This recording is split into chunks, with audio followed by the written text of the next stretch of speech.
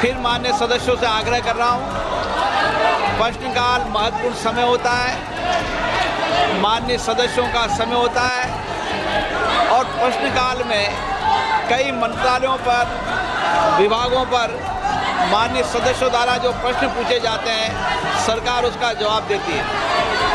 आपने जो जनता ने यहाँ प्रश्न करने पूछा है, लोगों के मुद्दे, लोगों की आकांक्षा, अपेक्षाओं के लिए भेजा है। मैं रोज आपसे प्रयास करता हूँ कि सदन चले।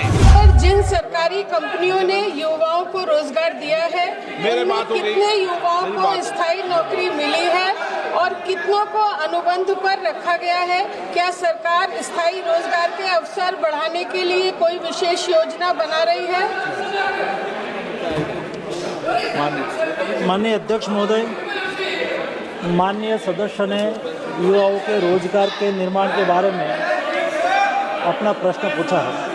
मैं आपके माध्यम से सदन को बताना चाहता हूँ, पिछले 10 साल में मोदी जी के नेतृत्व में देश में रोजगार का निर्माण हुआ, युवाओं को एम्प्लॉयमेंट मिला और पिछले 1 साल में 16 महीने में ही भारत सरकार की ओर से 11 लाख से अधिक युवाओं को रोजगार मेला के माध्यम से रोजगार उपलब्ध कराया गया। माननीय अध्यक्ष महोदय, मैं उसके आगे बताना चाहूँगा कि यूपीए गवर्नमेंट के दरमियान 10 साल का हिसाब किताब करें तो 10 साल में केवल 3 करोड़ रोजगार निर्माण हुआ था, जॉब निर्माण हुआ था। लेकिन मोदी गवर्नमेंट ने 1 दशक में, हम नहीं कहते हैं माननीय अध्यक्ष महोदय, रिजर्व बैंक ने एक क्राइम डेटा डिक्लेयर करा है और रिजर्व बैंक आज से नहीं है, रिजर्व बैंक आज़ादी से के समय से है और प्रतिवर्ष एम्प्लॉयमेंट के बारे में वो डेटा रिलीज करते हैं।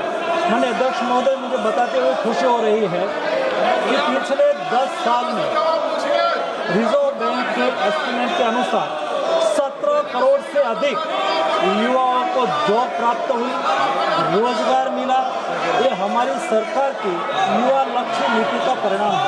माननीय अध्यक्ष महोदय, मैं आपके द्वारा ये भी सूचित करना चाहता हूँ, मोदी जी ने रोजगार निर्माण करा और मोदी जी ने आने वाले 5 सालों में भी रोजगार के लिए कार्य योजना भी बनाई। जब मोदी 3 गवर्नमेंट का प्रारंभ हुआ और मोदी 3 गवर्नमेंट के पहले ही बजट में आने वाले 5 साल में 4 करोड़ से अधिक जॉब निर्माण करने के लिए 2 लाख करोड़ से अधिक रकम से खर्च से प्रधानमंत्री विकसित भारत रोजगार योजना भी अनाउंसमेंट करा और ये योजना का आज बहुत अच्छा नतीजा भी मिल रहा है और आने वाले दिनों में देश में 4 करोड़ नए रोजगार निर्माण में भी ये योजना का महत्वपूर्ण योगदान रहेगा। जिन सरकारी क्षेत्र की कंपनियों ने युवाओं को रोजगार दिया है, उनमें अनुबंध आधारित नियुक्तियों की संख्या कितनी है और स्थायी नियुक्तियों की संख्या कितनी है? साथ ही क्या सरकार ये सुनिश्चित करने के लिए कोई कदम उठा रही है कि युवाओं को स्थायी और सुरक्षित रोजगार मिले? माननीय अध्यक्ष महोदय, युवाओं को स्थायी रोजगार उपलब्ध हो और युवाओं को गवर्नमेंट सेक्टर में, प्राइवेट सेक्टर में जॉब अपॉर्चुनिटी उपलब्ध हो, इसके लिए मोदी सरकार ने जो प्रयास करा है, कोई भी देश में जब मैन्युफैक्चरिंग सेक्टर बढ़ता है तो रोजगार निर्माण होता है, एग्रीकल्चर सेक्टर आगे बढ़ता है तो रोजगार निर्माण होता है। अलग अलग सेक्टर में जब देश में प्रोडक्शन बढ़ता है तो रोजगार का निर्माण होता है। मुझे माननीय अध्यक्ष महोदय बताते हुए खुशी हो रही है, देश में एग्रीकल्चर सेक्टर में 1 दशक पहले रोजगार निर्माण -16% था, वो आज बढ़ के 19% रोजगार निर्माण एग्रीकल्चर सेक्टर में हुआ है। माननीय अध्यक्ष महोदय, मैं मैन्युफैक्चरिंग सेक्टर की बात करूं तो पिछले 1 दशक में, जब यूपीए के 1 दशक में 2004 से 2014 केवल 6% मैन्युफैक्चरिंग सेक्टर में रोजगार निर्माण हो रहा था, पिछले 1 एक दशक में मोदी सरकार में मैन्युफैक्चरिंग सेक्टर में 15% रोजगार निर्माण हुआ है। वैसे ही सर्विस सेक्टर, जो आपने युवाओं की बात कही है, युवा खास करके सर्विस सेक्टर में ज़्यादा काम करते हैं। पिछले एक दशक में, और यूपीए के एक दशक के साथ में तुलना करूं तो यूपीए के एक दशक में 25% सर्विस सेक्टर में जॉब निर्माण होता था। आज मोदी सरकार में सर्विस सेक्टर में 36% रोजगार निर्माण के साथ देश आगे बढ़ रहा है।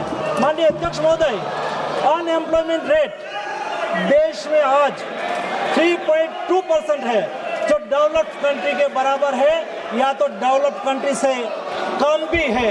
ये स्थिति आज मोदी गवर्नमेंट में यूथ और देश के नागरिकों के जॉब के लिए सुनिश्चित करी गई है। माननीय सदस्यगण, मैंने पहले भी आग्रह किया है, फिर माननीय सदस्यों से आग्रह कर रहा हूं। प्रश्नकाल महत्वपूर्ण समय होता है, माननीय सदस्यों का समय होता है, और प्रश्नकाल में कई मंत्रालयों पर, विभागों पर माननीय सदस्यों द्वारा जो प्रश्न पूछे जाते हैं, सरकार उसका जवाब देती है। आपने को जनता ने यहाँ प्रश्न करने पूछा है, लोगों के मुद्दे, लोगों की आकांक्षा, अपेक्षाओं के लिए भेजा है। मैं रोज आपसे प्रयास करता हूँ कि सदन चले। देश की सबसे बड़ी लोकतांत्रिक संस्था है, इसकी मर्यादाएं परंपरा रही है। इसी सदन के अंदर हमारे पूर्व सांसदों ने अच्छी चर्चा संवाद के साथ संसद की गरिमा को बढ़ाने का काम किया है। मैं रोज प्रयास करता हूं कि आप भी संसद की गरिमा को बनाए रखें। तख्तियां, नारेबाजी, इससे सदन नहीं चलेगा, और लोकतंत्र में नियोजित तरीके से सदन को बाधित करना, ये लोकतांत्रिक प्रक्रियाओं के लिए अच्छा नहीं है, परंपराओं के लिए भी अच्छा नहीं है। आप कोई भी मुद्दे हो, कोई भी सवाल हो, आप प्रश्नकाल के बाद हमसे मिलें। हम नियम प्रक्रियाओं के अंदर आपको हर मुद्दों पर, हर विषय पर चर्चा करने का पर्याप्त मौका देंगे। मैंने पूर्व में भी सभी सदस्यों को पर्याप्त अवसर दिया है। कई महत्वपूर्ण विधेयकों पर चर्चा होनी है, जिसमें आप सब माननीय सदस्य अपने विचार व्यक्त करना चाहते हैं, पर आप सदन अगर बाधित करना चाहते हैं, सदन नहीं चलाना चाहते, तो ये अच्छी परंपरा नहीं है। देश की जनता आपको देख रही है कि आप नियोजित तरीके से रोज नारेबाजी करते हैं, तख्तियां लहराते हैं, सरकारी संपत्तियों पर नुकसान पहुंचाने का प्रयास करते हैं। ये उचित नहीं है, और ये आपकी संसदों की व्यवस्थाओं के लिए भी उचित नहीं है। और विशेष रूप से आपको लाखों लोगों ने चुनकर भेजा है, जनता आपसे कुछ अपेक्षाएं कर रही, जाओ बैठे। समाजवादी पार्टी की माननीय सदस्यों ने प्रश्न पूछा, आप भी जाकर पूछे, मैं मौका दूंगा आपको।